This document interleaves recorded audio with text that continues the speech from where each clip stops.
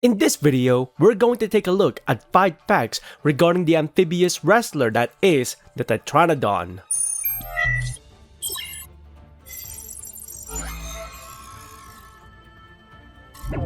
Hey everyone, Chrono Pinoy X here once again, back with another Monster Hunter video, and welcome back to another video on 5 facts about the monsters introduced within Monster Hunter Rise. In our previous video, we took a look at the Trinity of Terror that is the Great Izuchi, and if you want to go ahead and check that out, I've gone ahead and put a link in the description below so you can go ahead and check it.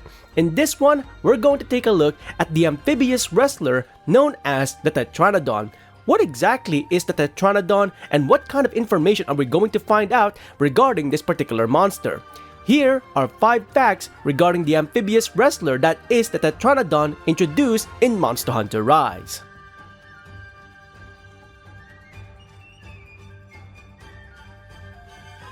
Tetranadon's title in Monster Hunter Rise is known as the Amphibious Wrestler, and this is due to the fact that the monster's main inspiration from Japanese mythology are the Kappa, and Kappa are known to have a good time when they do sumo wrestling. So the monster's movesets are heavily inspired by modern-day sumo wrestling, from the grappling to the stomping, all the way down to the slapping attacks. These are all movesets you would see on the actual sport. This means that the monster always takes movesets from that particular sport in order to ensure that it takes down its opponent, whether that be hunters or other monsters. Tetranodons are known to be voracious eaters, and they would try to consume just about anything. That includes other monsters as well as hunters.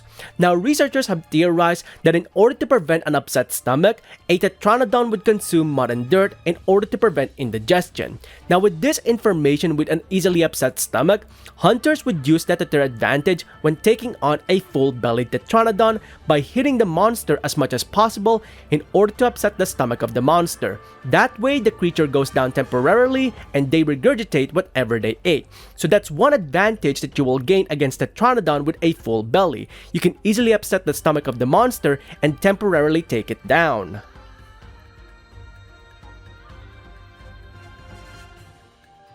Continuing on with the unruly eating habits of Tetranodon, the monster's favorite prey are known as the cucumbers. Cucumbers are these small creatures that look like slugs in the shape of a cucumber.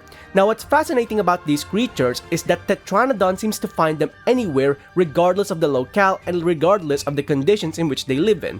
This means that cucumbers can live in any locale, and Tetranodon has the innate ability to find them just about everywhere. So this is one of the key fascinating information that we have just found out, not just about Tetranodon, but its favorite prey as well. Tetranodon can find them anywhere in the wild, and cucumbers can live in any condition in any environment.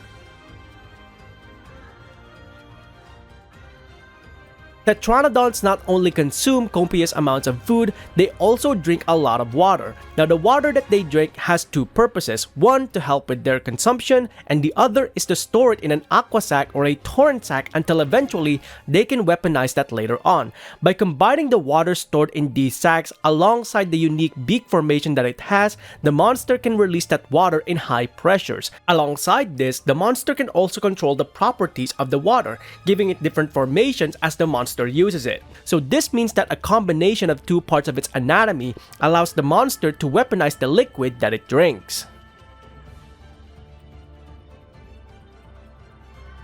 Here's a bit of fascinating information regarding the life cycle of Tetranodon.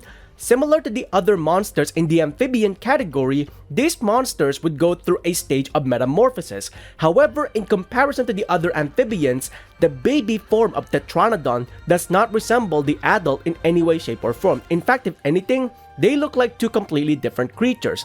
This is because a baby Tetranodon takes on the form of a slug.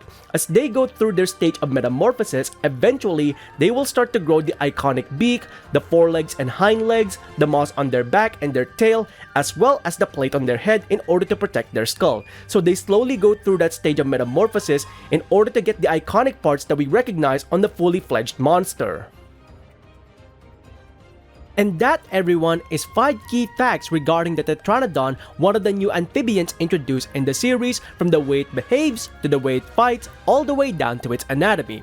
Hopefully you found it interesting and understanding a little bit more about Tetranadon in regards to its ecology within Monster Hunter Rise. What do you think about this particular amphibian introduced in the series? Let us know in the comments below your thoughts and opinions regarding the Tetranadon in Monster Hunter Rise, and let us know in the comments below as well if you found any other interesting information about this particular monster. And with all of that being said, if you enjoyed these videos, please consider hitting the like on the video itself and subscribing to the channel, as well as hitting that bell icon so you can go ahead and catch up on any future Monster Hunter content that I might be doing or any other games that I might be playing in future.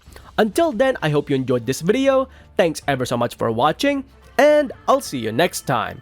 Onward and upward.